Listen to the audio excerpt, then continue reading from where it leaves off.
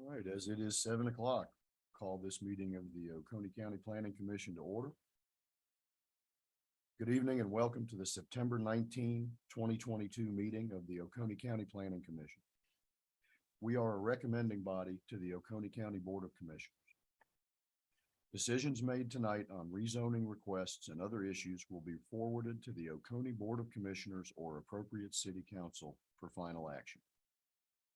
Tonight's agenda and sign-in sheets for people wishing to speak are available outside the commission chambers. This is the procedure we follow. The Oconee County Planning Department staff presents their report and recommendations on each request. Public input is received from the petitioner or petitioner's representative. Public input is then received from a group representative or any individuals wishing to speak in favor of the proposal. This period will be limited to 20 minutes total. Public input is then received from a group representative or any individuals speaking in opposition to the proposal. This period will also be limited to 20 minutes total. The petitioner or petitioner's representative is allowed an opportunity for response or clarification if time remains in their 20-minute period. The public input session will then be closed. The Planning Commission will discuss the request and may ask questions of Planning Department staff and or the petitioner. Upon a motion and a second, and after any discussion of the motion, the Planning Commission will vote on the motion. The Commission may elect to approve, modify, place conditions on, or deny a motion. We ask that you observe the following items regarding public input. Upon approaching the podium, please state your name and home address. Please direct your comments to the Planning Commission and not to the audience. When there are multiple speakers, please avoid repeating statements made by previous speakers so that there is time to hear from everyone. We ask the audience to extend the courtesy of not applauding or commenting on any of the speakers. First item on the agenda is the approval of the August 15th minutes. Commissioners, you have in front of you a copy of those minutes. Please take a moment and review. Identify any comments or corrections.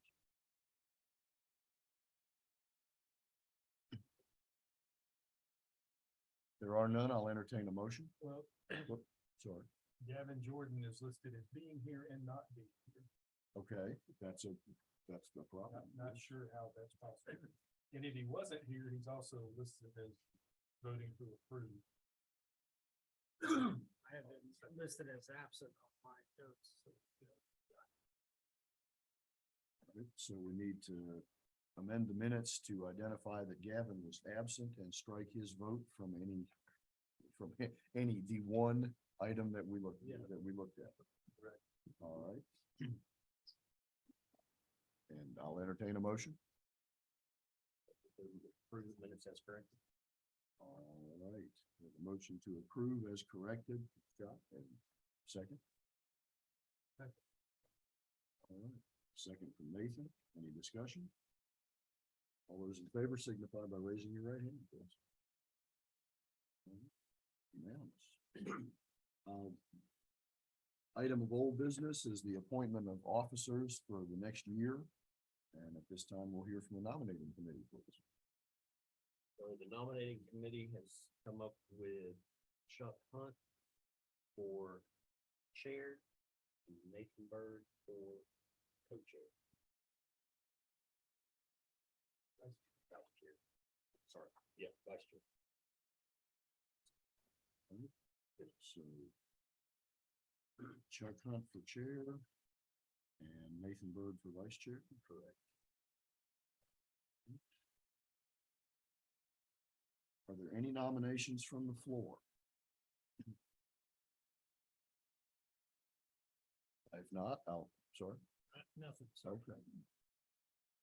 I didn't ask if there were any unnominations. I checked. That's right. All right, in that case, I'll entertain a motion. A motion from Penny to approve the officer slate and a second from Matt. Any discussion? All those in favor, please signify by raising your right hand. Under new business, we have rezone P 22-0133. Thank you, Mr. Chairman, Commissioners. Again, this is rezone P 22-0133. Leland May Moore Slayton is the owner. This is located in Jimmy Daniel. This is the aerial in your packets of the subject property. It's currently zoned AG in the regional center character area. Again, the request is to rezone the property from AG to B2 to allow for commercial development consisting of office, warehouse, and recreational uses. A companion special exception variance P 22-0190 has been requested in order to reduce the width of the required incompatible use buffer. That will go to the Board of Commissioners on their October 4th meeting. This is the concept plan that you have in your packet, slightly larger version showing the location of the building and Jimmy Daniel. These are the architectural images that were submitted with the application. And staff recommends conditional approval with the subject to the following conditions. 1, 2, and 3 are our standard conditions.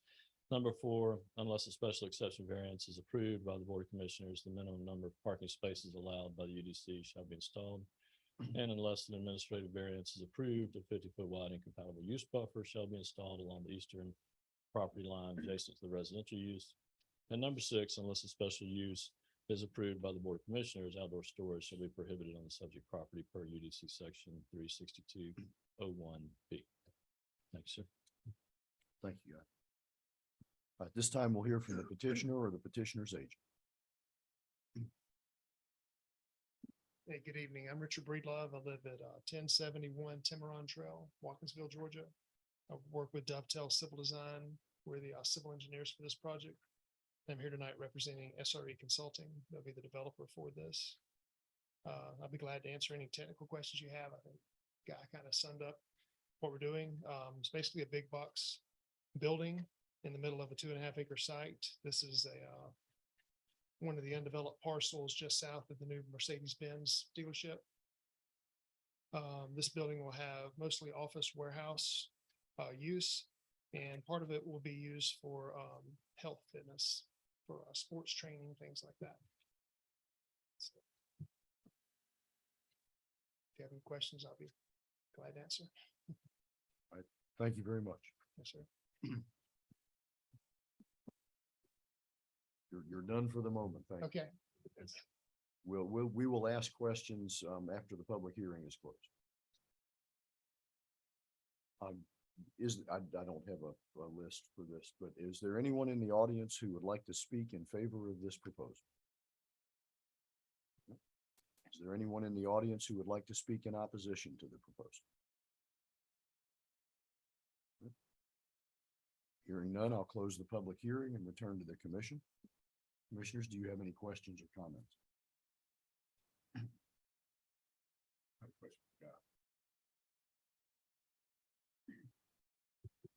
Was there any outdoor storage proposed on this site? There was. Oh. On the side there, on your concept plan. Mhm. I don't know if you can see that.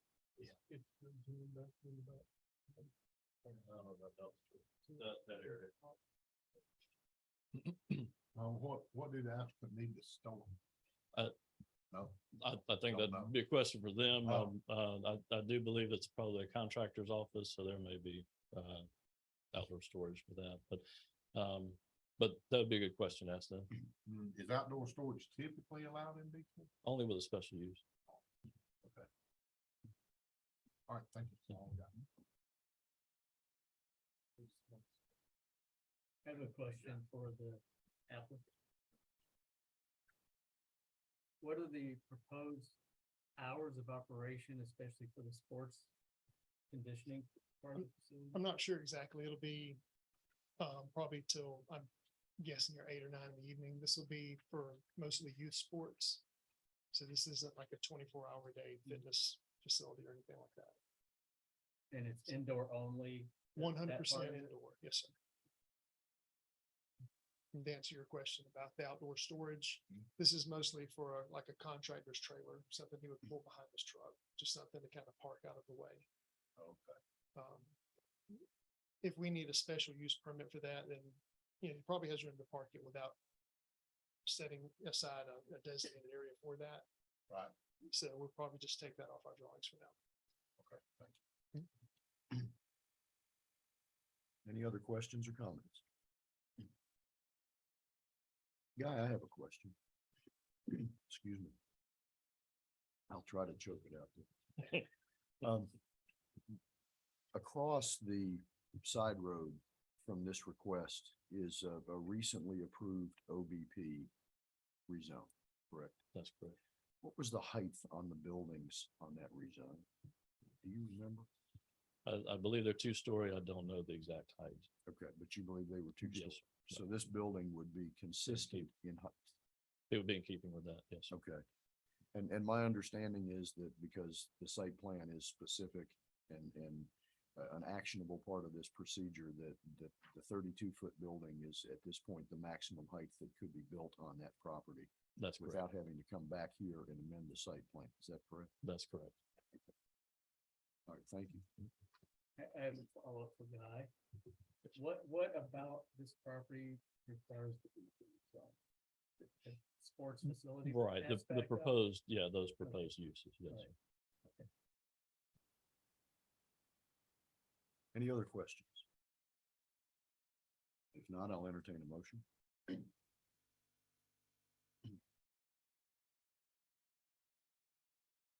Motion to approve. I think we have a motion to approve with the conditions that exist. Yes. Okay. Motion to approve with conditions from Stephen. Do we have a second? Second from Scott. Any discussion? All those in favor, please signify by raising your right hand. 3, 4, 5. Now, I've actually got to write these down. Would you keep your hands up for just a minute? Y'all got me spoiled on all this unanimous stuff. So.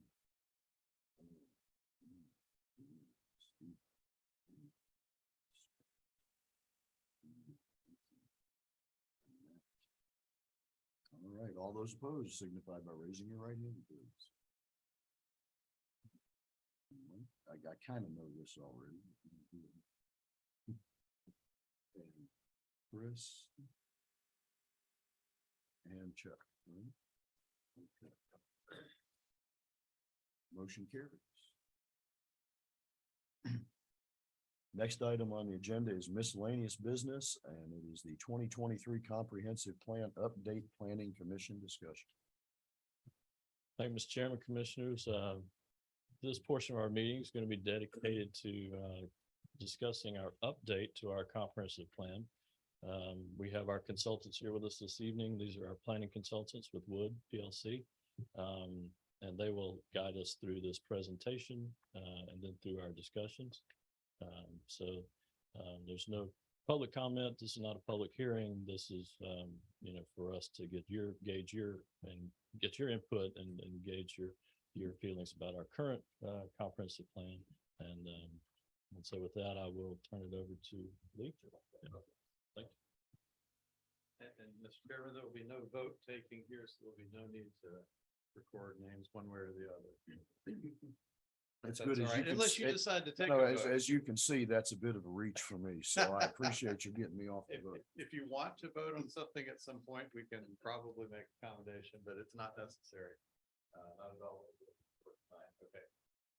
So what we have, I'm Lee Walton with Wood, Megan. I'm Megan Michelle also. We've got great pleasure working with Guy and his staff, as needed. We help out with some plan reviews and some zoning reviews and different things on a month-to-month basis. First time we've had the opportunity to be here to meet with you, so we're very glad to be here tonight. But the topic tonight is the comprehensive plan. We're at the starting point, a little bit beyond the starting point, working towards an update to the comprehensive plan. Want to start off tonight with a bit of an overview. I've got a few slides that we'll run through. And then we hope to just have a bit of informal discussion with you. about, as you're the planning commission and you're monthly dealing with rezoning and variances and related, you're seeing what's happening in the county, in other words, in terms of planning, and you've got your finger on the pulse of trends and so forth. And you probably occasionally think bigger picture and have notions of, it would be great if, or this is kind of an issue, it would be nice to address this, et cetera. So we'd like to sort of help our start to the process of writing a plan update by hearing from you and getting some direction. I'll say that I don't think it shows up in the slide here, so I'll preface that to truly start the process back early in summer, we had a series of meetings with the elected officials, commissioners, and some of the city representatives as well to get their initial take on what are issues, opportunities, and factors that we should start off with an understanding. So building from that, we want to hear from you. We're going to hear from some other focus groups, and I think I'm already straying into slide territory here. So I'll go ahead and switch to this.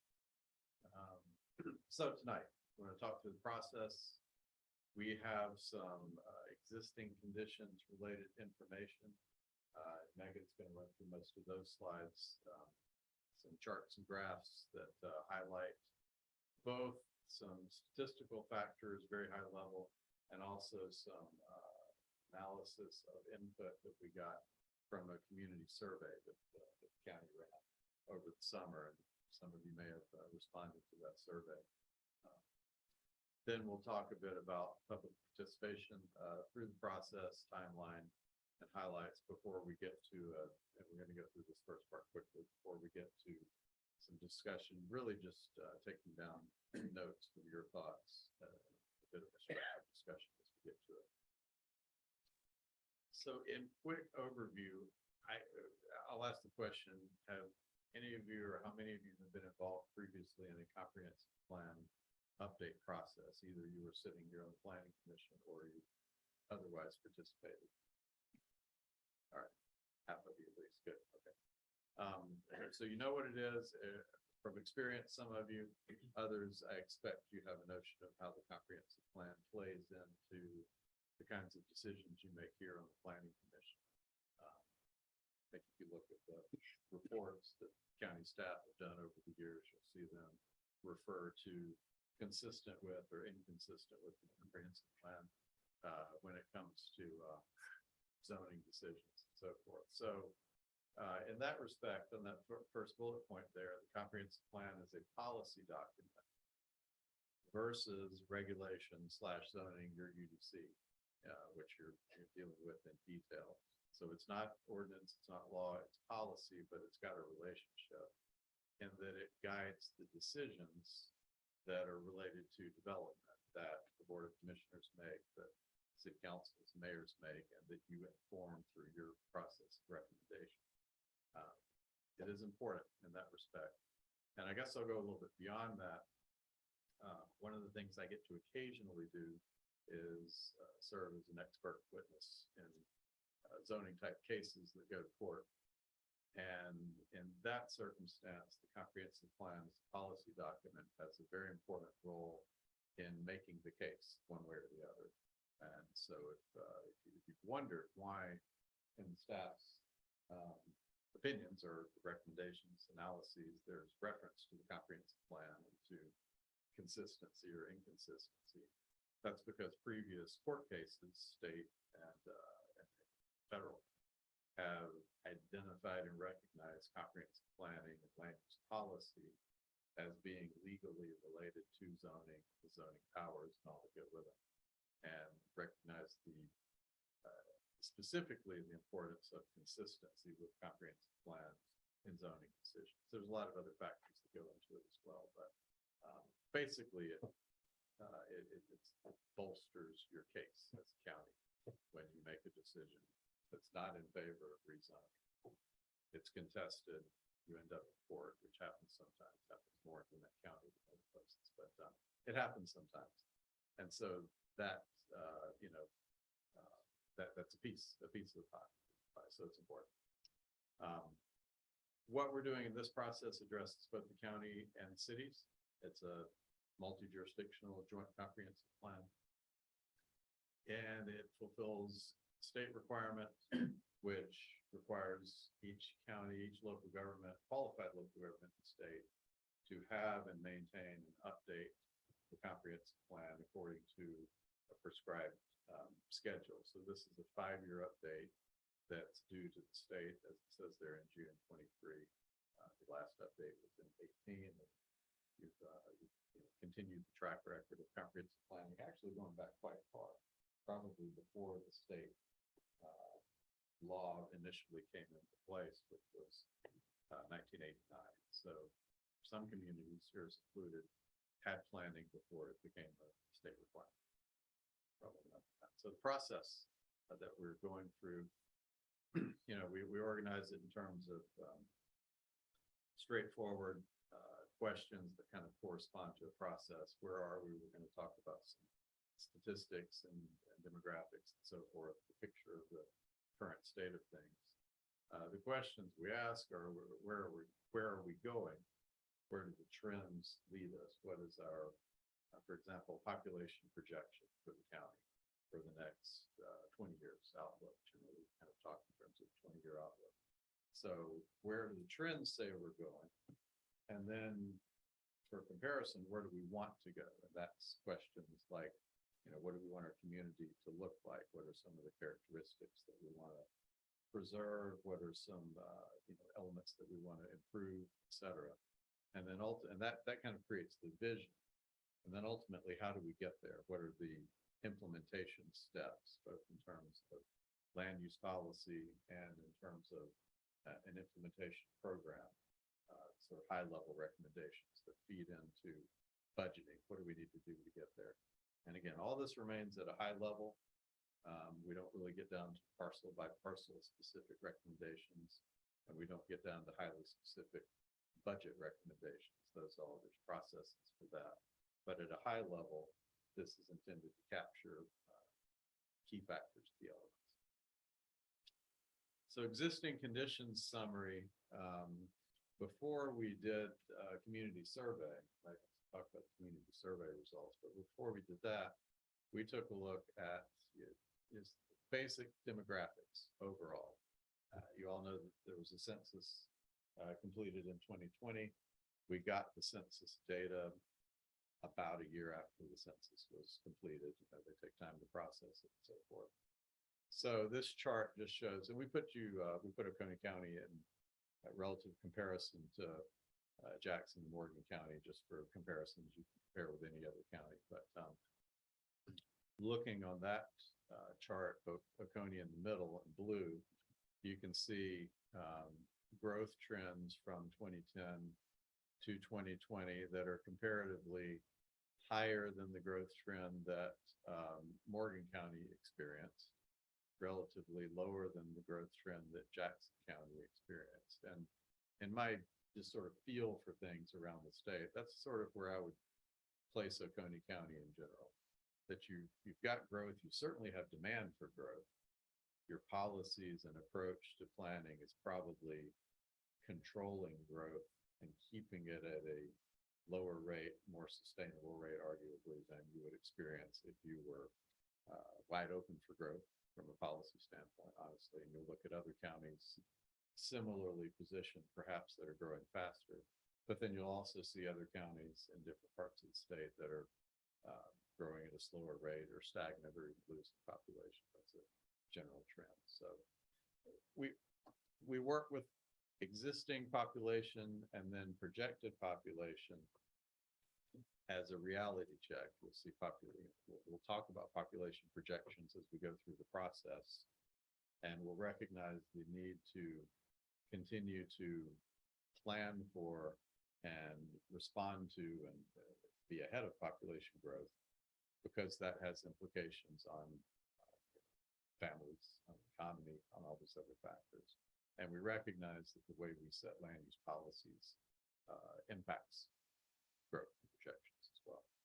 So the kinds of topics that we're talking about, that are all related to the population, the people, land use, housing, economic development.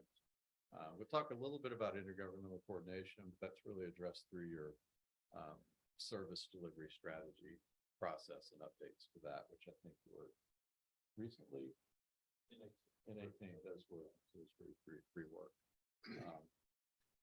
Natural historic resources, certainly environmental, realities play a strong role in land use planning. We've learned from bad experiences over and over and over that it's not a good idea to build in floodplains, for example.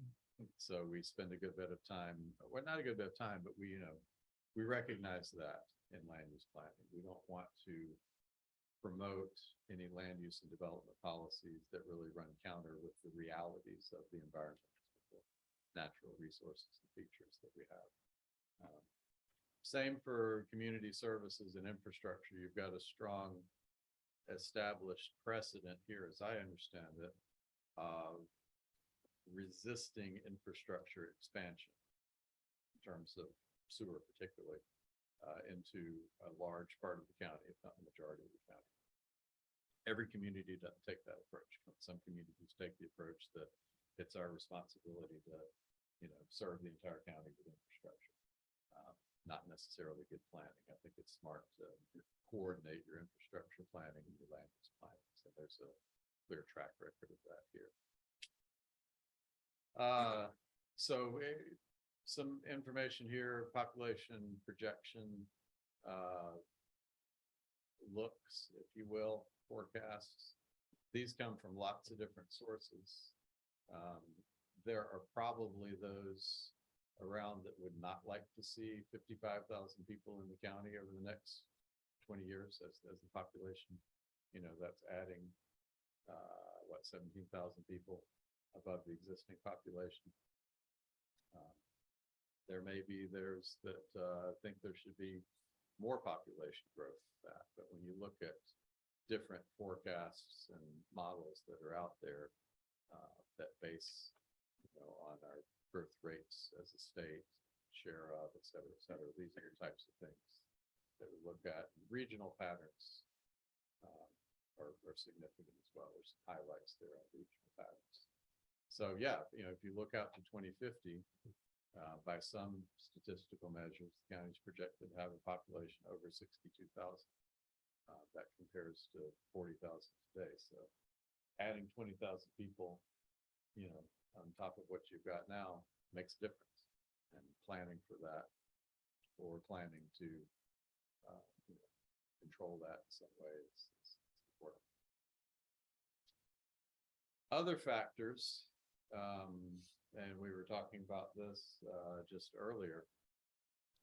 We all hear about demographics nationwide in terms of generations, their impact on the economy and so forth, baby boom generation, et cetera, et cetera.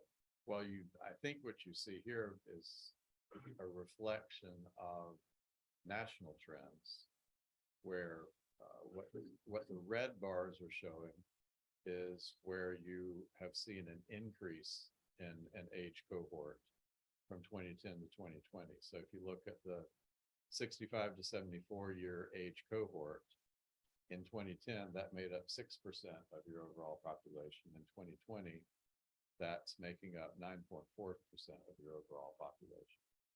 So you're seeing growth in your number of older folks. You're seeing red lines below the blue lines in most of the other categories, I guess, except for 18 to 24 and 5 to 9. So at a macro level, this has implications on the economy, arguably fewer working age folks to support a larger retirement age cohort than has been the case in previous decades, perhaps the baby boom effect. But locally, this informs things like what types of housing are needed in the community, and looking forward 10 and 20 years, what types of housing will be needed in the community. And I think you probably see already the development community responding to this and looking to put high quality, retirement housing or, continuum of care type housing in the community, just as one example. But we look at these factors as well, simply put. Employment, just some highlights, you're not unlike every other county like Oconee. The majority of your employment is in education, healthcare, and related, school system, especially is big in that. And you can see how the others line up there. And so we look at this, but we also recognize that where you're positioned here, employment and economic is very much a regional issue in terms of Oconee, Athens, Clark, other surrounding counties. We don't just expect Oconee as an isolated county to be full, complete, and independent from an economic standpoint. We know there's a lot of, commuting across county lines for employment, for jobs, et cetera. And related household income. I don't think it's, I expect at this point, these numbers are higher with the very recent significant trends, inflation, et cetera.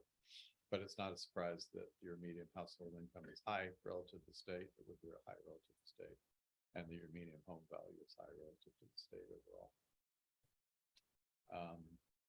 And I don't think it would be a surprise that your level of owner occupancy or the number of owner occupied homes, housing units compared to renter occupied housing units is also extremely high. So public participation is key to the process. We started the public participation process really with the community survey. As it says, we got over 1,400 responses to a voluntary, what's the term? Where it's not anecdotal survey, we didn't call, we didn't do phone banks. We just made the survey available via website, email, et cetera, the county's social media options, et cetera. And we got great response that probably would add up to a statistically significant response if you're a survey person and you look at the county population relative to the number of surveys. But it's anecdotal data. So Megan's gonna go through that in the next slides. And then where we're going beyond that, in addition to group discussions like this, where we'll have several more, I call it a focus group type discussion, small groups of people who have specific knowledge or a role in the community. We'll have some visioning workshops, future land use charrette towards the end of the year, and then early 2023, an open house type meeting where we'll lay out, here's the basics of the plan update, ask for review and comment before we bring it to the commissioners and the city councils to move forward. Timeline looks sort of like this. From where we were at the start, Guy facilitated a kickoff meeting back in July. You're the first of what we're calling focus group meetings. Those will be slightly different formats since they don't have nice nameplates in the days like you do, but we'll have similar presentations, similar discussion with different groups from around the county, leading to other meetings and ultimately to transmittal and adoption. And the final plan, many of you, if not all of you, have looked at your existing comprehensive plan. It's a mixture of maps. The map, the land use or character areas map is here. That's informed by the text of the plan. Both of those are critical to communicate the intent, both with geography all around the county and also the intent of character areas. I mentioned earlier, we don't really get to the parcel level of detail specifying a specific land use. We look at the county in terms of character areas that are broader and logical in keeping with existing development trends and aspirations. So final plan will look like this with goals and strategies, a future development guide, and an implementation program. And we're looking to hear, strong themes of what needs to be addressed. We're looking for opportunities to update in a meaningful way and, set the course. We're, of course, expecting that updates every 5 years will continue. So this is going to continue to be a living document. We're also expecting to remain quite consistent with the trend and the precedent that's been set with the existing plans and plans prior. So by no means is this a start from scratch, blank page exercise. This is very strictly an update to the existing plan that's expected to be in keeping with the tradition of planning here. And I mentioned, I've talked a lot about land use policy and how that relates to zoning, and that's really where you're involved on a month-by-month basis. The 5-year action plan in the comprehensive plan is a list. There's some examples of types of things here. This is intended to inform the elected officials year by year as they set a budget.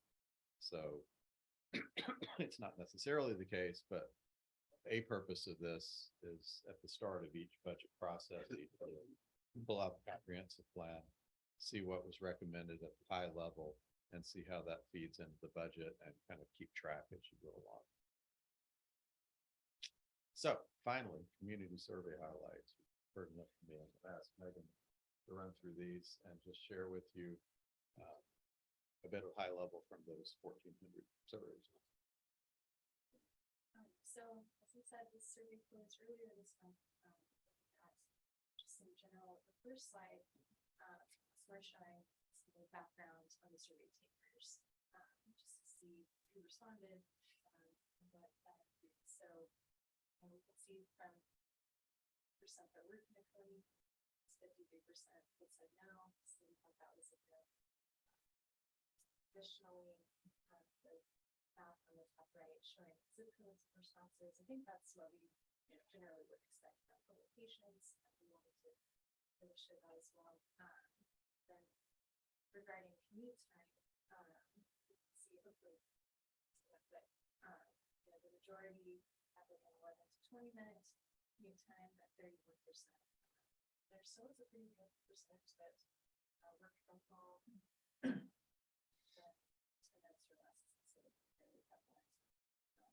Get into a bit more about traffic during the day, the upcoming slides. And the fourth thing I wanted to point out for general information is the annual household income. So you can see this, there is a significant amount, almost 56% within that 300,000. This doesn't necessarily reflect the income that we saw previously from general survey income. So some of these next questions, the first two are still about the survey takers themselves. So you can see from age, we had again about from 40 to 49. Their resident type again reflects what the housing stock is. Largely significant opposite 97%. And so the next thing that was really interesting to point out, this question that was asked was how would you rate quality of life? And 62% said very good. A good response in terms of how people view quality of life. The next few slides will get into more specifics of quality of life items, just to dig into a bit more detail. And next, another question that the data was what type of policy should the county have regarding growth? So the options were restricted growth, policies that restrict pivot, the vast majority of policies that manage growth in certain areas. So that's a lot of comments we received from the general comments have a lot to do with concerns with growth, management of growth. So that's the thing that's typically responses. At this point, I would read that 67.2%. Those people agreeing with the way things have been done. Generally, we'll keep listening and see if that's a good way to do that. That's how I would see that as kind of a vote of approval.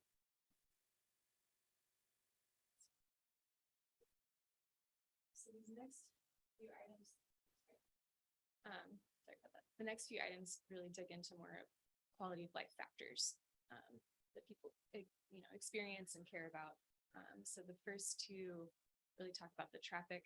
So you can see generally there are, good feelings, good sentiments about how the traffic is in the area. We did also receive a lot of general comments regarding the traffic, and that's something we'll be, keeping in mind as well.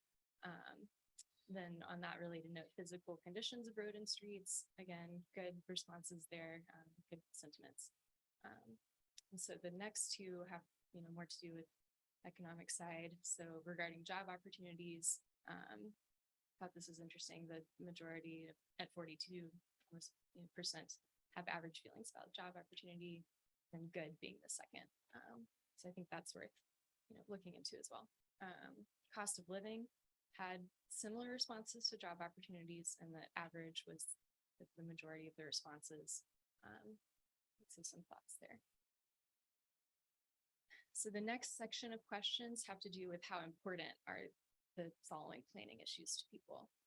And they will rank, from a scale of very important to not important, or no opinion is an option. So related to some of the other slides, reducing traffic congestion stuck out as something that people feel very strongly about, both very important and important.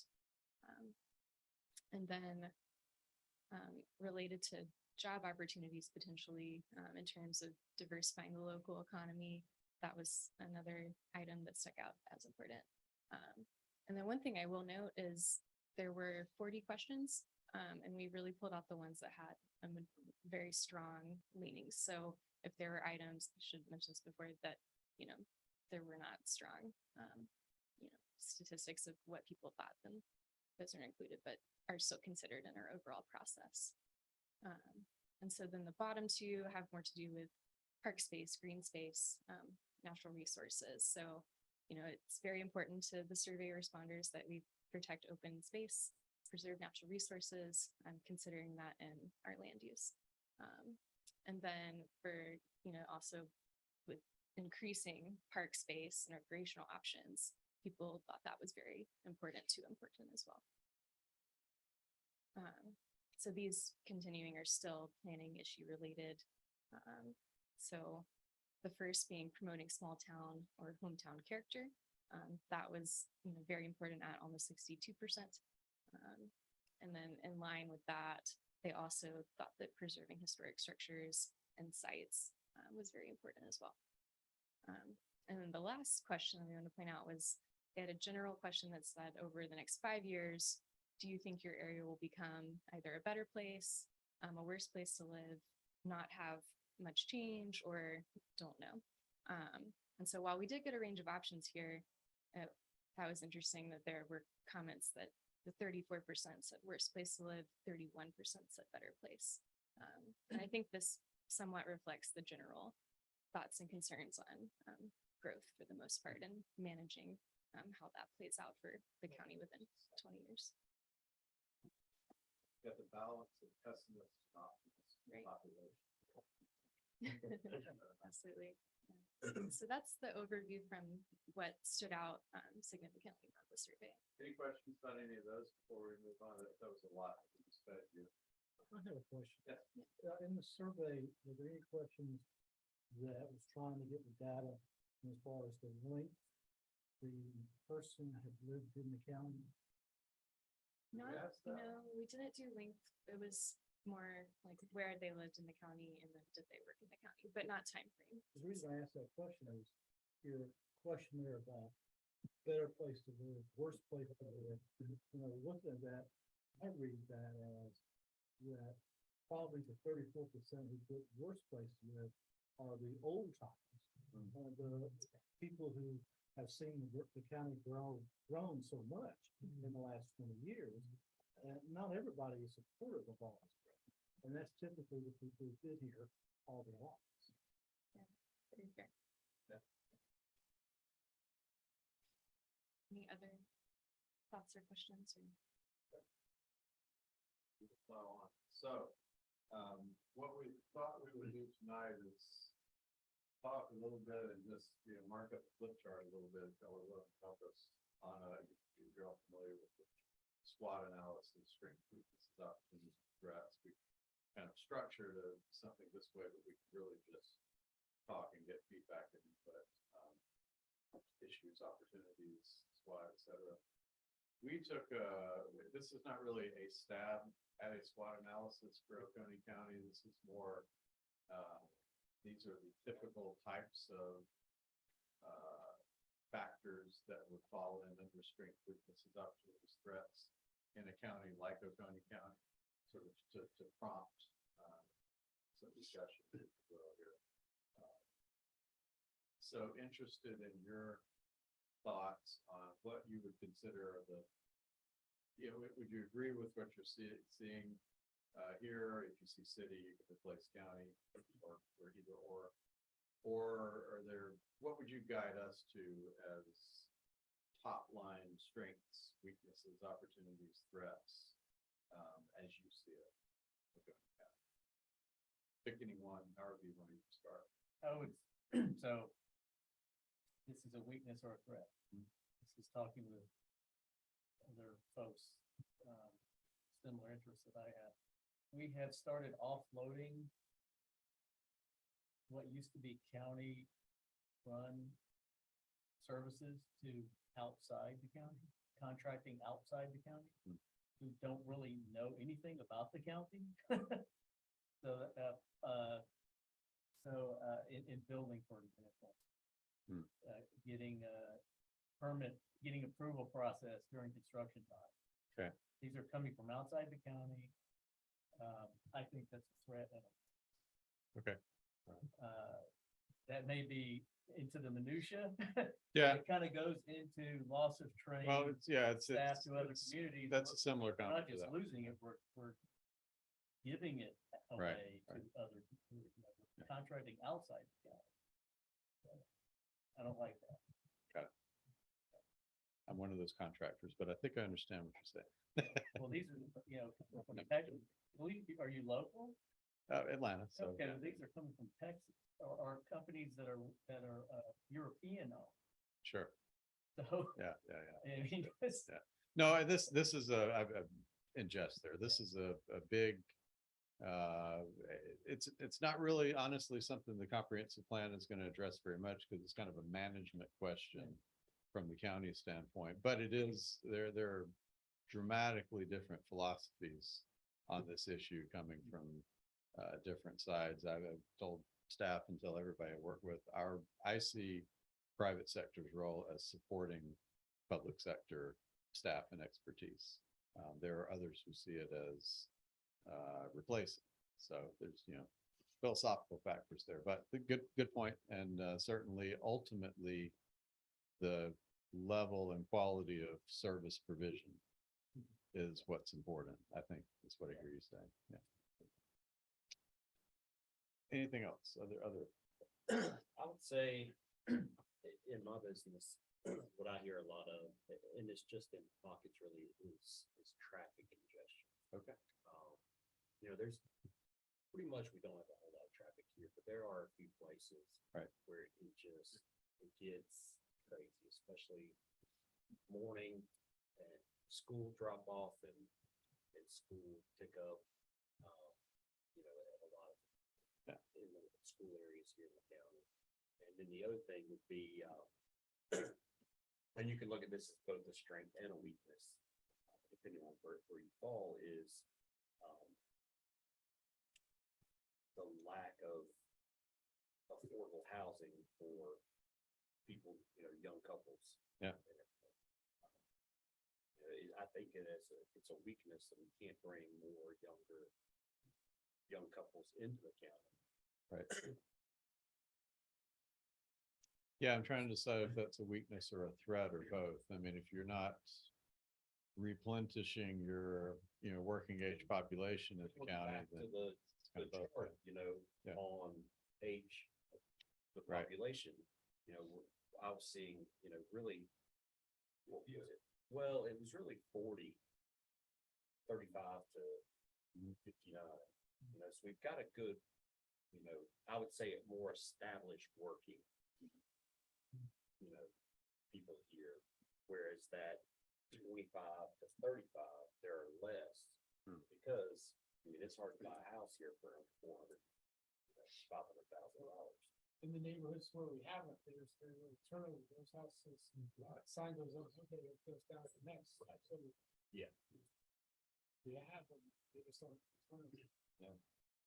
Well, also a great strength of ours, and nobody really thinks about it much, is our older subdivisions in the county Okay. have tremendous value. Yes. And we do not have, like in other places I see, older subdivisions. We got subdivisions that are 50 years old.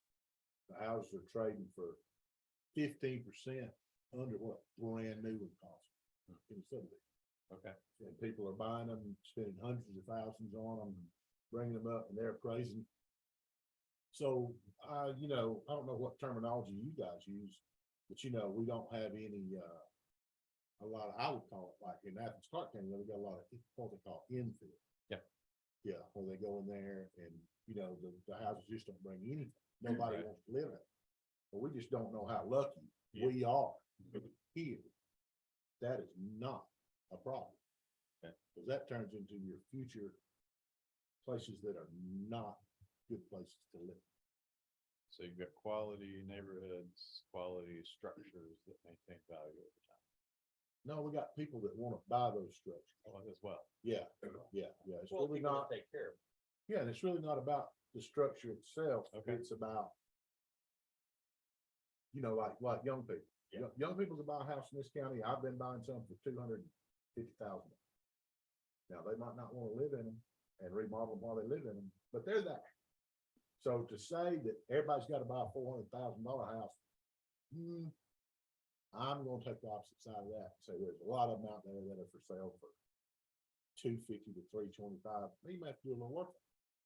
If you wanna buy a brand new No, I house mean, on 53, they're 400,000. yeah. I mean, I got one under contract right now for 210 today. Yeah. So they're there. Okay. Not tons of them, but they're there. But our infill stuff, you know, me and some builder friends of mine have talked about it in length. That our older subdivisions, people want to live in our older subdivisions, and that is such a boon to the county that we do not take a lot of stock. I agree with Matt. I live in the oldest subdivision in town. And the houses that sell on that street, young couples are buying, they're upgrading, Oh, they're yeah. adding to it. It's a beautiful home. Well, that's like those houses, Penny, that were behind my old building on 15. Those houses were on a dirt street when they were built. They were built for $40,000. They're trading now in the 260, 280 range. And if one comes for sale, it stays on the market in that range about 4 days.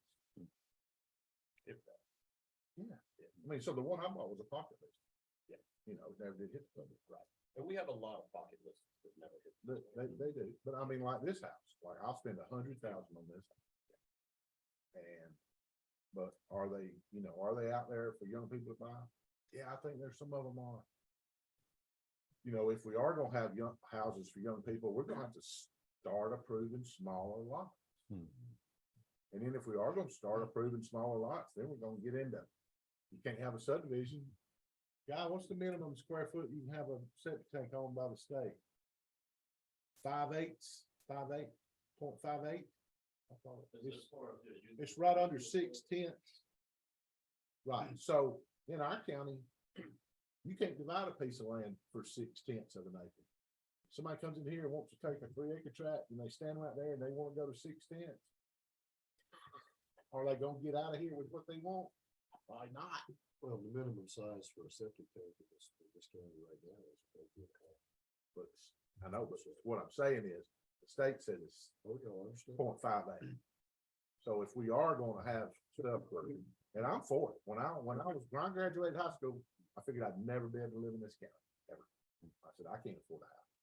That was in 1988. I said, I don't really know where I'm gonna live. But, you know, my family's been here 200 years, and I said, well, I don't think I'll ever be able to buy one. I think there's another possible solution. And that's it. I'm not desirous of seeing large-scale, high-density residential neighborhoods in the county. It's not consistent with the comp plan. I haven't heard anybody jumping up and down shouting for it. But we have some development corridors that are designed for higher density. And one thing I would like to see in those corridors, and I'm particularly thinking about the area around Epsbridge Center and the 200 acres of property on the road in between Coles and Costco. If there was a place in this county you could put multi-use development, that's the place. It would not interfere with the comp plan. It would not increase density in other parts of the county. If you want young people to move into this county, it's not just a function of affordability. It's also a function of lifestyle choice. And the traditional large acreage subdivision, single family home is not necessarily as appealing to a 35-year-old person as it was to me when I was 30. And I think we need to take into consideration the desires of the younger population in terms of where they want to live and how they want to live. Not simply from an affordability standpoint, but from a style of life standpoint. Yeah, I'd agree with you, and I would also agree that it's a slippery slope known to man, because we don't know 20 years from now what's gonna become a place where you gotta put a police precinct. Because we've had one. Because when I was a boy, you could not go, you could, with luck, over to old 441 where there was a giant trailer park. We had a police precinct inside there. Where those apartments are. Water for Athens Ridge is a little bit more active than Well, the county would prefer. well, it is, but we actually had a precinct inside there when I was a boy. And there's things about putting one back there. Well, they could, but what I'm saying is the decisions that we make here, they're good for 10 years, but But those are completely different Yeah. populations there. oh, they are. Athens Ridge, They're- that they're- area If you did rents by the bedroom to You did college. a house type over there by Epsbridge, something like they're doing, in Ponce Circle or something like that, where it was to the hospital where it was, not more college housing, it would fly well there. Yeah. It would be easy commute to all the medical centers that are coming in that way. Yeah, but I'd agree with you. If we're gonna put it, that's supposed to be 100%. Nobody wants it on Whippoorwill. No, No. and it has no business. Nobody wants it on Whippoorwill, but The comment of resistance to sewage expansion, it's not just a resistance, it's just a physical difficulty at this county. So that's one of the other, so it's not a threat, probably it's a weakness, is that we just don't have the major bodies of water that transect our county. They're all on the perimeters, and to build a sewer system that has enough fluid capacity into a natural body of water is something that we lack. And then the fact that most of our major corridors are state roads, that we don't have as much, you don't want to pile development around these state roads, because you won't be able to expand them or slow them down as per your needs, because the state has another say so on it. So those are two sort of weaknesses to too rapid a development. But on the Epsbridge, you've got the road capacity, you've got the ability to raise or lower the speed. We've got the sewer already in place. Yeah, thanks to the Clark County, I expect so. yeah, and also, I'd like to say that I was really trying to be involved in our last comp plan. And the last comp plan that we drew 0 acres. In a 10-year comp plan, we drew net 0 acres for a business in this county. 0 acres. So in this comp plan, are we gonna drop 0 acres for the next 10 years? And tell independent business they can't, everybody don't wanna sell a pair of blue jeans on that street. Well, tell me more about that. How did the last comp plan draw 0 acres? So they just did. I was advocating for more business along our state highways, State highway. and they did not put it in. So that told me the county wasn't interested in business at all. So, you know, we have US 441. That's a divided highway, or it will be. Everywhere else it is. I went to the mountains this weekend. When you go to Clark County and you get on the divided 441, if anybody has been to North Georgia, when you ride up the divided 441, you say, "Isn't this great?" This is the best road I've been on ever. If you drive up from Bishop to Hawkinsville right now, you see houses moving in right up to 441, so. Well, that's our fault because we got it drawn wrong. Um, So I'm nowhere near that. well, we voted, I'm gonna counter his point, though. Okay, We did nodular, we aimed for nodular growth instead of the lengthwise growth. We aimed for nodular, so we weren't gonna develop all the way along the road. We wanted major intersections to fill out first. And that was what but we didn't change it. yeah, we circled a bigger circle around the intersections Well, we got beat, to sort of equal what we took away from the. you know, I mean, we got a heck of a controversy right now. Yeah. Because a man wants to put a drive-in on a stinking divided highway. And he can't do it. In one of the nodules. In one of the nodules. Specifically designed for that. So we said as a collective county, yeah, that's where it needs to go. And, you know, I hate it for those people that live over there, but when they turned in their subdivision, they turned in off of Georgia 53. Well, that brings up another issue that is, I think, a challenge for the county. You could call it a weakness, or I would call it a weakness as opposed to a threat. And that's the way we handle zoning. Oh. You know, the fact that everything in this county is spot zoning is creates. Yeah. I think creates this. And I think the way, candidly, I think the way we handle site plan approval as part of the zoning process encourages builders to suggest hyper-dense development. They got, And it creates an environment that sows hysteria where it may not need to be. And the other thing I think we should look at is these development corridors, they should be zoned. So that we don't have to come in on 441 or on 316 and have a conversation where neighbors don't like the fact that the property's going from AG into a higher density. It shouldn't be AG to begin with. no, absolutely not. And I would inject another thing in that. We got a set of rules back a long time ago, you know, some of you old guys have been on here when they used to bring the rules over on a set of hand trucks. Remember? Across from the Dolphin building? We That's got, because they were handwritten. no, that's because we can't tote the dang things. We got so many. A human can't tote them.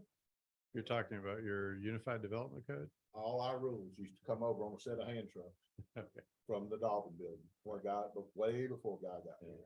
Okay. Before it was on. the Before it was website. on the website. We got so many rules, we can't go by them, but yet, Used to bring the if- second. yeah, so if you got a B1 tract of land, and we got a chart that says what you can do in it, but you can't do that in it. Unless you come here with your hat in your hand and say, please, can I do this? When it says right here that the whole world has agreed that B1 uses this, B2 uses this. So if you got a B1, and then you wanna say, nah, I don't think I wanna drive through in this one, you gotta come back to this body and ask to go down, even though that binding site plans. You I know, see. our concept, Yeah. the picture of it is good. Mhm. The binding part of it is bad, bad, bad. I've developed stuff and that's the problem. Exactly what Chair said. Is when developer comes, he's got to show all these boxes. Because if he don't show them, we's got to pay. I got a $15,000 set of plans on my desk at home right now that'll never be built. That's the cheapest one I've ever done. Mine cost $60,000. So when you come in here and you spend $60,000 before you ever stand behind that lectern and ask for permission, you're gonna go to drawing boxes everything. Why wouldn't you? You'd be crazy if you did. Crazy. So that hurts us. That makes us have controversy with our citizens. Because our citizenry just like people live over in the subdivision, they knew it was gonna be something out there. They didn't know what. So by a fluke, it's a fluke, We changed our rules on that parcel of land. Now the man's in here with a heck of a controversy on his hand. And I looked it up the other day just for the fun of it. You know, that old boy's been paying $16,000 a year tax on that thing since he owned it for the last 14 years. And ain't done nothing with it but pay our tax. We send him a bill and he paid our tax, sent our kids to school, funded our government. And he's having one heck of a time trying to get a drive-through on a stinking US divided highway. And you couldn't hardly write that in a book. So we got all these highways and we got all these nodes, but man, we need clarity. Bad. I have no problem with locals having a say in what's built. Well, I don't either, but if we can do it, But it sounds like you're suggesting the other side is they get approval and then they can build whatever they want. no, that's not what I'm saying at That's all. what I'm hearing. No, but that's not what I'm saying. That's what I'm hearing. Yeah, I know, but I'm saying the total opposite. I'm saying we need clarity. So if we can build 60 things in B2, then that's what we can build in B2. Yeah. Well, I further don't know beyond- if I To agree get- with to that. get- I don't to know get if I you agree feel- with. That's the way the rest of It's the on world the works. list, I can build whatever I want. and Yes, that's the they way do. the rest I of, don't- that's the way it is in Clark County. It's the way the rest of the world Well, works. look That at Clark, we particular want to property- compare ourselves to Clark County. No, that's not. Not everything they You do. take the opposite, that you took the derogatory side of anything. I'm just saying it would make it more clear. Clear, clarity. I need to steer us back to comp plan because we're deep into zoning and I get it, and they're related, no doubt, obviously. Oh, But yeah. I did want to, you mentioned spot zoning earlier, Mr. Chairman. I wanted to be sure I understood what you meant when you mentioned spot zoning as a problem. The majority of this county is still zoned AG. Okay, So even in a development corridor that has a stated purpose that everyone has agreed to. right. If a piece of property comes in that is not currently developed, Mhm. chances are statistically, it's going to be a piece of AG property that then has to be rezoned. Properties around it will continue to be AG because the majority of property in the county is still AG. So, you know, we will have a series of spot zones for each of these properties along this stretch as they come up. Okay. And the problem with that type of thing is that it's really hard to maintain a level of consistency in application over time and across a number of different requests. Okay, And if I we understand. don't, we wind up with something like the, oh shoot, what's the name of the supplies business out on 316? Yeah, Stone Store. No, No, Boston Electric. Yeah, Boswell Electric. If you look at what that's done, you know, that is a perfect example of what we're talking about. Right. You've got a piece of property there that's been clear cut that shouldn't have been Mhm. for something that isn't getting built. We've got a rezone on that thing for an industrial or a commercial park, basically, that goes back many hundreds of feet into the woods. There's a single road cut into the woods. There's nothing being built anywhere.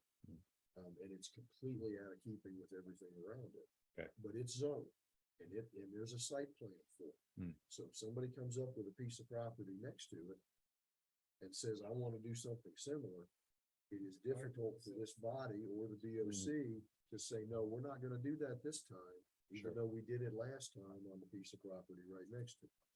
Makes sense. And that's what I'm talking about. when Well, I'm talking about even the spot item that we had today, when we did the planning for the 30-year, we realized that that side of Burger Langford towards 316 was gonna become commercial, but today's item was the first one, you know, directly next to and right across Well, the the street. second one, the OBP piece right across that street Yeah. was in, Right. Guy and I talked about And- this on Friday And we have the expansion of the retirement village just around the corner there, so that whole area is gonna, and, you know, the people that live on that side may be thinking cha-ching, cha-ching, and that's why they didn't come to oppose it, but it does represent a change that, Sure. you know, we envisioned, but it's now starting to happen. Well, that's like Mr. Boswell's building.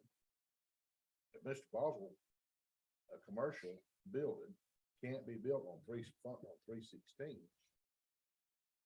Are we gonna put it on all of it? Where are we gonna put it? So where does it need to go? We don't want it on Oliver Bridge. We don't want it on Mars Hill. It needs to go where it is. We just need to have a level of consistency. Well, What I would hate and to I- see, Oconee County. but if we It's approve what the I see subdivision on beside it, TV. that'd be terrible. Oh, It'd be a disaster. yes. But we shoot ourselves in the foot by approving all this stuff on these state roads. This is just cosmetic, but if you drive down 316 and you go to the intersection of 316 and Bethlehem, 81 and Bethlehem, you've got a strip right there that is, all commercial, as it should be, that's fine. But if you look at it aesthetically, it's like there's an ordinance in Barrow County that says no building can look anything like the building next to it. And that whole strip is the weirdest montage of construction you'll ever see. And that's not the point I want to make. The point I want to make is I don't want uses that look like that strip. Because we don't have a consistent and coherent approach to development in a form. But if you, but if To me, you, that sounds like more of an overlay type deal. Yeah. Right, because what you want, it sounds like to me, is standard for the built environment, right? I would like to see something that is a hybrid of what we do and what Clark County does. As Matt has brought up, in Clark, you can't get a piece of property rezoned. If it's not zoned right, forget about getting it changed. But if it's zoned for the use, then their UDC is very clear as to what you can and can't do with it. And you're allowed to go ahead and do what is in the UDC. I would like to see us do that within our development corridors. And I would like to keep our comp plan intact so that the areas that are not development corridors are, for lack of a better word, sacred. We're not gonna go bleeding over into those. We're not gonna creep. But within the areas that we've already made a commitment to higher density of development to allow for the type of tax revenue that relieves property owners from having to pay rooftop property taxes that keep going up. Having some clarity and some consistency so that builders and developers know what to expect. And that's what we do through the character, right? Right. So, if we look at this, map, like we've all been discussing, say Boswell, right? It's in this area where you want employment, Sure. right? So it was consistent with the comp plan. Right? I mean, so you're talking about, an employment area, a business area, all along 316. So I think our focus needs to come back to the comp plan, and this is where we need to look at, is this the right area for that business, for that type of development? Or is it down 78, or is it down 441? Because you're right, we don't have the same types of development proposed in the future land use map on 441 that we do on 316. right, and if we Or don't, do it and at- if we don't do it now, it's gonna be all subdivision. So, I mean, we might be dead. so pulling us back to, this map is what we're talking about. And then we can talk about those types of standards so that you don't look like, and that's fine. But so that you don't look like mine on 316, right? So that you have a standard build environment. Maybe it's it's a type of overlay, or it's a form-based type of zoning. Like there's other avenues, to address the visual versus the use. Right. And I think this is where we can focus on identifying where those uses. Well, the discussion about development creeping over the line of where it was envisioned previously, that's very germane to this, because it sounds like this. The issue on the Boswell thing, I am very aware of this, is that there's no infrastructure to support it because there's no ins and outs off 316. So it's depending on tiny little roads to support the infrastructure. Yeah. That's the problem. Right. It is not said, it's not the same issue as the development at 53 and 78. They're on 78, they got ins and outs off of 78. Right, There's no right. ins and outs off of 316 there. Well, they're not gonna ever give you this. That's over. Well, I understand. It's over. It's over. So it's gotta, so our roads, if we're I'm going, just if saying we're gonna that- develop our I'm saying that 316. The arguments are slightly different because of. Did we- Well, Infrastructure. I mean, we're about to put in access roads, Access roads. whatever. Yeah. we do 360. You can do access roads, but also you can look at, where those new interchanges are coming. So with the economic plan and with this future development house, we can look at those and drill down to those areas where we know those new interchanges are coming, where they'll have those access roads. Right. And so maybe this isn't a linear, Yeah. blue, employment area, maybe it is more. Well, there'll be no access roads on either side of 316 between 78 and the connect. Not planned at this time. Well, forget it, there's no property. Everything, I mean, you'd have to pull people out of Jennings Mill on the north side, or you'd have to knock down the Mercedes-Benz dealership on the south side. So that there's no right of way available, so you're not gonna be able to put an access road anywhere east of 78. So that'll have to develop, and But you could, largely develop. but as you it could is. start like in front of Boswell, you could have a road in front of Boswell. Yeah. And you could go down to the next paved road. And you can go down the Yeah, next. you can go to, you can carry down to the You can. county line west, You can. and you're gonna have to, Yeah, so, because that's the only way to do it. yeah, so our elected bodies just want themselves hitting the finger with a hammer on every rezone.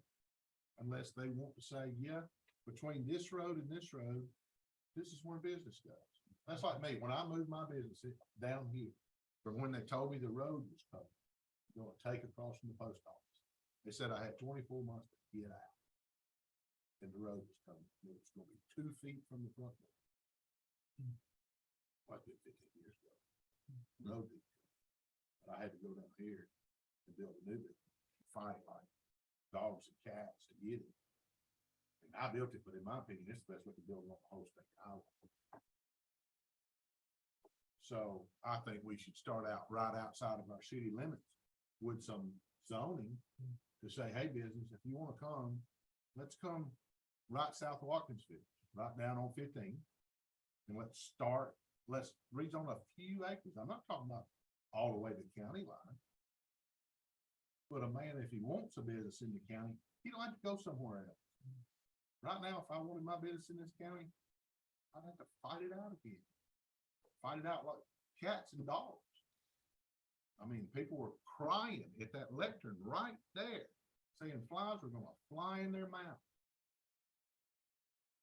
And their land values were gonna plummet because I built my business over there. Now, that's totally not the case. Just go back and look at Q Public and see how much more those houses are selling for today than they sold for ever before. It's just multiple and multiple of X. So that's not true. So I'm not saying let's zone the whole county I for industrial. But what I am saying, let's have a little common sense and say, yeah, business owner, local guy, if you want to build a welding shop, this right here's where you build it. This zone B2. If you want to spend $1 million, that's what it costs to put in a real nice place. Well, before he gets his sway, I want to throw the hand grenade in here for TDR, since I represent the green area of the county.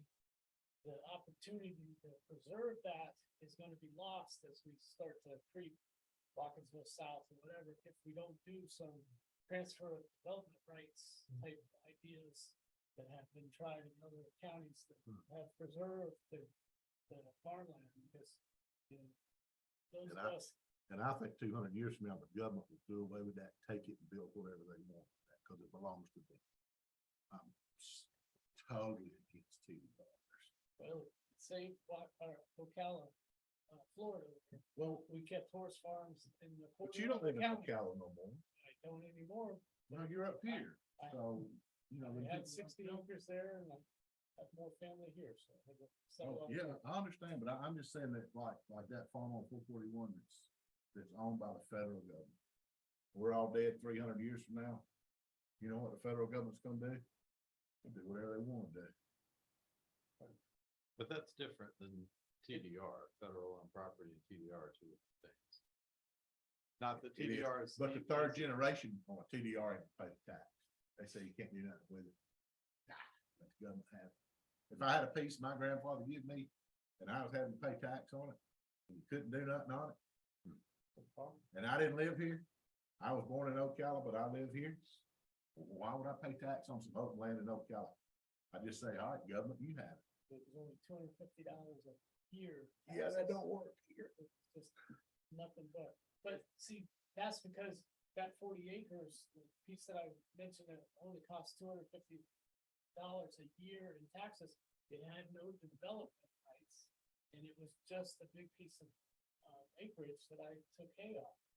And you're gonna lose all of that green if there aren't some, they tax us down there. I moved the property lines a little bit on my 3 parcels that I had, and they had 1 acre pie slices, and they went up to 30,000 an acre for those pie slices until I came in to say, hey, guys, because that's the formula down here is, if it's But you had to have 10 acres to put your pie slices in to get the program. 30 acres. Okay, well, I don't over there where I live, and I pay a full ride about 10 G's a year. And see, to that end, if we designate that green area to be the green area, we could then give contiguous large parcels, the right to be conservation, whether they're 10 acres or they're next to. But anything that don't qualify, we ought to be able to give a man the I right just to I make threw it. it out there as a possible opportunity for.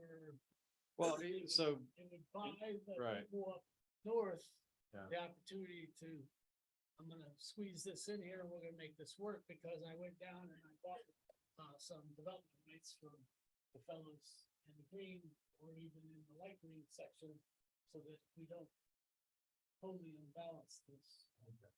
I mean, I don't think, I don't really think a man's gonna come in there and do that, Chuck, and the body's not gonna. I don't think that there's no political will for. But if you go to Mr. Skinner's house or office and visit with him, they are looking at our acreage as a potential subdivision someday, so it's a little bit higher than farming alone would support the tax bill. So that's the problem that's being created down there, with the people that are actually still in the business of farming are getting shoved off because the neighborhoods are getting closer and closer, and any day now, they're gonna have, Right, who's in the business of farming? Cause I know 3 people. I got 6 neighbors. Of course, I moved into their neighborhood and blew the whole shit mess for them, so. Yeah, but I got 3 farmers in the county making a living off. The that's rest it. of everybody's cutting the hay for the farm. That ain't fair. There are some of them. Right, so then there are, so let's get for real about how many farmers are in this county. I mean, let's get for real. We just lost Mr. Hale. Well, there's Charles Osborne, and Mr. Hale, he's a cow farmer. Now he is, yeah. Yeah, he is. He- And he's, he ladies, quit the dairy. he's Yeah. one of my guys. Okay. So. But that's yeah, what so happened what's in the Ocala. number? We pushed out the pigs, the chickens, then the cows, and then they were coming for the horses when we developed the TDR system down. Yeah, So it's Oh, just a yeah. thought. oh, All right, so I'm- I threw it out. yeah, I understand it, but I mean, if we are gonna talk about farming, and hey, I'm for farming. I can't go eat supper tonight. We Well, got it farming. was one of the high priorities, the green spaces, the nature of the county. It was up there, but it isn't gonna stay up there if the north keeps creeping down the major roads. So that was just my 2 cents. okay. Does the plan, envision broadband access, this plan? So we would put, It's come up and. Yeah, It's yeah. been on the Board of Commissioners forever. so we would put the extent of existing broadband access under the weakness category, Yes. I think. Is that right? Yes. The comprehensive plan does include a broadband element, That could be in. some words way- about broadband for sure. And then I don't know. Yeah, that was on the short-term work program also. Right. And that has already been left to engineers to design that. Cause that limits a lot of the stuff we talked about. So we, Businesses can't come where there's no, these days, there's no. It's always been that development follows infrastructure. The difference is now infrastructure is broadband as much or more than it is water and sewer. Oh, yeah. Exactly. Right. So I mean, if I could, and I promise I won't ever say it again, but if I could take a straw. And say. Who would like not to have binding site plans, but what you could build inside the zone? If it was zone B2 and there was, and the commissioners agreed and the community agreed to put certainty and take politics out of zoning. I'm for taking politics out of zoning. It's a killer to business. But you get people that get upset, and then we have to make a decision about a totally upset person about their house. But hold on, man, And I understand. are you talking about a tract that's already zoned B2? You cannot build what's on there? No, sir. Heck no. How is that? Well, let's ask Mr. Governor. You can't. You cannot. If we got binding site plans, if this man draws a bush like tonight, we approve that. There's so many bushes on this thing, they count bushes, buddy. If you got No, no, 10 I bushes, understand, I you gotta understand. plant 10 bushes. Okay, so if you can build gas station, a fast food restaurant with a drive-through and all these things in B2, ever how many things are in B2, we can go. But Guy, now within a zone, because the problem with this property down at Oconee Crossing is it's not currently zone B2, it's zone B1. So if it was zone B2, then the petitioner would not have to come here necessarily just for a site plan approval. That would be an administrative approval. He would have to come here only to zone a portion of the property. If he were increasing the intensity or the number of lots or the square footage of the building, he would have to come back. So what's proposed in the concept plan and in your rezone, the square footage he's held to, No, I'm sorry, I'm not communicating my question correctly. You've got a piece of property, it's already zone B2. Every use that petitioner or that the landowner contemplates is allowed by right. if there's no concept plan, that's correct. But if there's a concept plan, So if it's. he's bound to that Right, and that but narrative. Again, let's assume for a minute there is a vacant piece of B2 that has no concept plan attached to it. That's right. Guy who owns it, gal who owns it, comes to you and says, oh, I'm. Yeah, there- But that No, goes back but, to the but whole you're county right, zone. because there is no concept plan to base an increase in intensity on. Right, so You're that would correct. be strictly an administrative discussion. We would then come with No, a I agree with concept that. plan to you, or can he just simply build based on what's? based No, on- he would have to present a preliminary plan, I mean, construction plans, But it you would be go through that process. administrative but Instead of coming That's through correct, the yes, plan that's right, commission and the BOC. that's right. You know, I realize that the hinky part of that is there's not a single piece of B2 property. Exactly. Well, no, no. It's not. But if it's shown on the concept plan, like Scott was talking about, it can be built. Right. But no, what I was talking about is what Brad was talking Okay. about. If a man has a B2 tract, and let's say it's not tied to some site plan or anything else, he can build whatever is allowed in B2. If there's no site plan. The industrial lots that the county. Yeah. Right, so there's none. Yeah. So, yeah. Right, yeah, so- but again, we digress, right? So we're into the weeds in zoning and building and permitting and all But, that. So, it's so hard, that- it's hard to completely separate, because I think. well, I well, it always is, think but that's why myself- we're trying to look at that higher level and trying to get out of you guys what we need to put toward this update. So that, For me, I think our comp plan is a wonderful thing.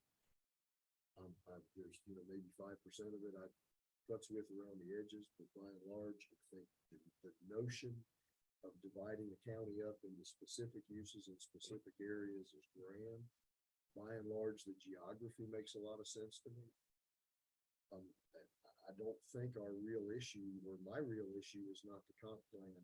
It's just how we turn that into an actionable set of realities for people who want to buy land, develop land, and live on land. And that's a absolutely valid discussion, of course. I think the starting point is the comp plan, and so hearing, arguments for and against consistency with what we have here is definitely the starting point. And I hear what you say, and then I hear discussion that we, perhaps need to open up more developable areas, if you will, within the county than the comp plan has shown. So we've got kind of, different approaches there. Even the Mars Hill development, it had to be listed as a guideline, like a comprehensive plan, because so many people were afraid it was gonna be an imposition plan, which is what we basically talking about. We think it through when we impose a zoning right on top of it as we develop Forest Hill. But we didn't do that, so now even Forest Hill that has this comprehensive plan as to that, what we envision filling out, is still gonna be spot zoned as it gets started. It is. And that's, so unless a government felt strong enough that they could actually bring that template down and say, okay, this is how it's going to be. Hmm. Then you got all these private property owners going either, oh yay, or oh no. And that's, will take a strong government to be able to.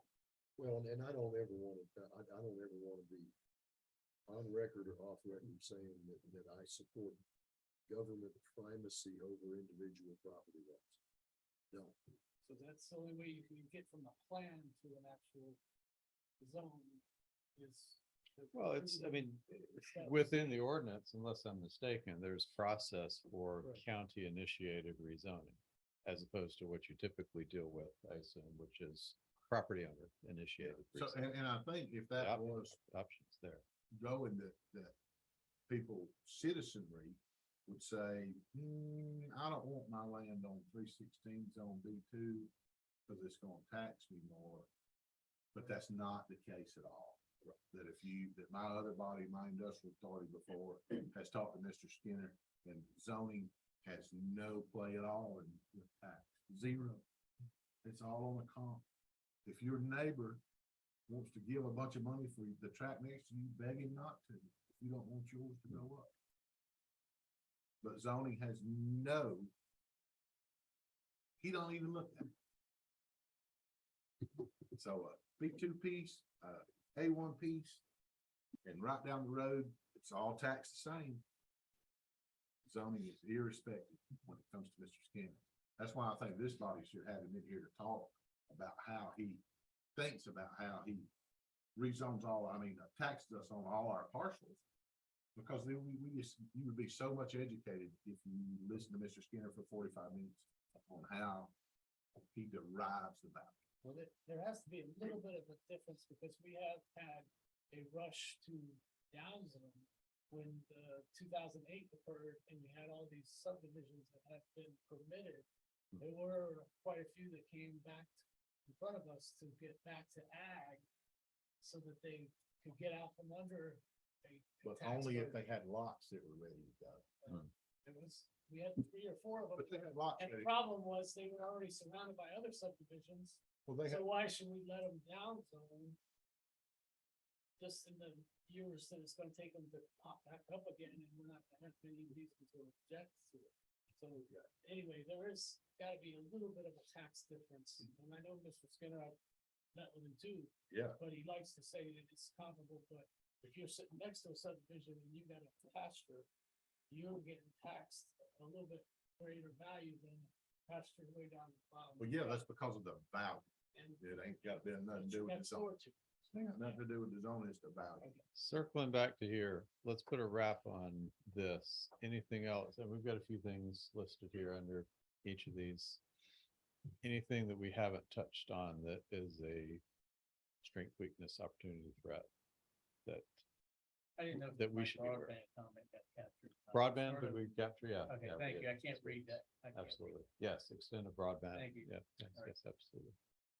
Yeah, we can't list the higher education and the college, the higher education institute, because we do get pushback for the fact that they'd be tax exempt, or at least that's what's happened so far. I mean, I guess maybe we're full up with those already. Well, certainly the education system is a strength. is it Right, not? I mean, right, so- you don't have demand for housing and And I assume. maintain housing volumes without value. Well, and I think there's a difference, and maybe I'm just reading it differently, but one of the things we talked about when we worked on the economic development plan for the county a couple of years ago was that leveraging the proximity of UGA for private partnerships that are doing business with the university, developing commercializable products off of faculty research, doing those things. Those are private sector companies. Sure. And so they have a partnership with the university, but they are not tax exempt. Right. And then I think that's the difference. I don't know if that's what we're So talking Yeah. about. East South and this biotech area, we could get some of that here, but Well, yeah, our industrial authority tried, till we just fell over from exhaustion. again, you gotta have good sewage. We did, Biotech, we do. We got it on 316. We got sewer. We got the SPOS money to put the sewer into the western track, other track. So, I mean, that's, we tried like nobody business to do that, get that. I understand, but I would also say the UGA is in a little different spot than they were back then. They are dramatically more entrepreneurial in their approach. And the innovation district and the things that they're doing now are much more aggressive in terms of how they are trying to monetize the research that they do here. So I would hope that as time goes on, that would translate into some more opportunities. Yeah, I hope so too. They certainly were not like that 15, 20 Yeah, years. I'm ready to get Gateway on the tax books. I'm going records. I'm gonna throw one more thing out. I don't know whether it's sweetness or threat. The idea that we still have a volunteer only fire, fight, how much more business development can we do without having to have a full-time staff? I'd say that's a threat, probably. I mean, we have the letter of agreement. with Athens, there was 2 commissioners that are already wondering if it's time to pull that back. Anyway, I'd say our per capita income is definitely Yeah. highest strength. Strengths, yeah, yeah, economic income. Sure. we just not think we have to take no cost for good. I didn't know, that's not what I'm saying. Yeah, we have a balanced. cost of living. Okay. Yeah, we filled out some. We already entered into this notion of vision for future development, I think, with the discussion we've been having. But, circling back to that comprehensive plans purpose, with the approach that we take to comprehensive planning here is to define the desired community character in different parts of the community, as we've been talking about and pointing to already. And then describe the types of patterns, land use, to represent that vision. So when we, get to this, that's kind of the question, and we've hit on this already, but extending beyond the discussion we've already had, looking at this and dealing with it as you have and as you do, are there some other comments you make about what's working well and what's not working from the comprehensive plan standpoint? I would say we had a lot of people come in here in the last year since I've been on here asking for smaller, like 3-acre stuff, like We're doing a lot of AG. a lot of AG to AR. And I Okay. think we should expand and enhance. I'm not saying take the whole south end and put 2-acre tracts or 1-acre tracts on it. It's not what I'm saying. I'm saying on the edges of our colors now, that maybe we should expand those colors down a little bit, where somebody that's got the 10 acres and they're getting retired and they say, hey, I can sell, this is my retirement. I bought this for my retirement. And now. We I did wanna just add to sell. the code, moved from, what was it, originally 1986 platted or 1996 platted, we moved it to 2006 platted. You can get your administrative subdivides now without having to get these zones. But it's obvious that everybody can't get the administrative subdivision. They wouldn't be interested. And when's the last time we said no to an AG to AR lot split? Request, right? What you gonna do? You gonna tell Granny that she can't sell it for Yeah, her? I mean, there is an argument to be made for making that a little more procedural, a little less So we necessary. did open it up with the 5-acre, if you're able to subdivide into the 5-acre parcels, you don't even have to come in here right now, because anything that's been platted in 2006 is open to 5 more subdivides without any of that. So this is already gonna change color a little bit. But you can't have any major stuff with Yeah. preservation.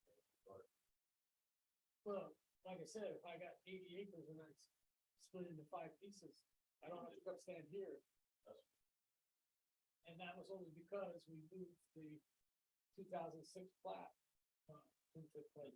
Because prior to that, it had to be, back 1980 or something, and that prevented a bunch of those 80 acres from coming in here without, they had to come in here to do those.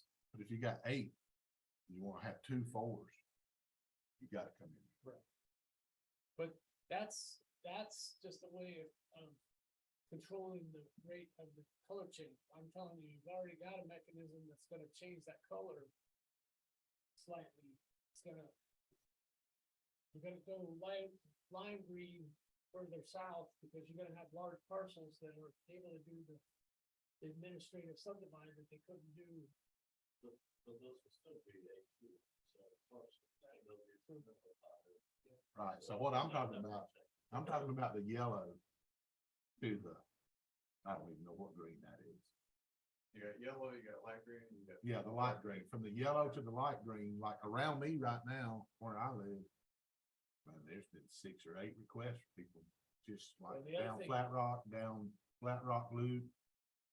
That way, I'm not saying get down to Black Eye Road. Now, the other thing we need to impose on that is the school district, because the school district for Cole and Ferry goes from Greene County all the way up to Watkinsville. And for High Shoals, it's from Greene County all the way up to North, or High Shoals. So those are huge collection areas to feed those 2 elementaries. If you let it, subdivide too much down here, you're talking about a 5th or 6th elementary school down 441 in Bishop or something. So anyway, that's, Just so you know, we will be meeting with the Board of Education. but that's a reality, because our school districts in the north of the county are little slivers. Sure. And then down in the south of the county, they're, half, Population. they're a quarter of the county each. Right. And then there's 3 other school districts that are the rest of the county. Right. And Hot Shoals actually, right now, part of the kids will end up at North Oconee. Well, that's been happening for years. Yeah. It's Rocky Branch, it's gonna be weird, because some of those kids are gonna end up back at Oconee High School. Yep. And others are gonna be, and that's gonna feel even weirder than the High Shoals split, which ever since High Shoals came online, they went half and half. Yeah.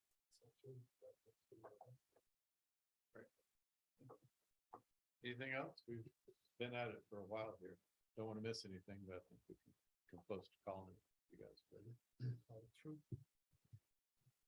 Okay, we're fine. I like the idea that Chuck, and whoever worked on the plan, the idea that the Modular versus the circular Okay. development. Nodes versus continuous corridors, yeah. And nodes associated with intersections differently, yeah. Kind of just makes sense. Okay, all right. I mean, that would give some consistency, and you could ask if it's out there and we train the population, if you will, then that's kind of an expectation. Mhm. And nobody wants Highway 78, Covey County that looks like Melville or other stuff. So, I think. Understood. Okay. Thank you, Mr. Chairman. Thank you. Guy, do we have anything else? All right, one quick thing before we're done. Tonight represents Commissioner Penny Mills last night on the commission.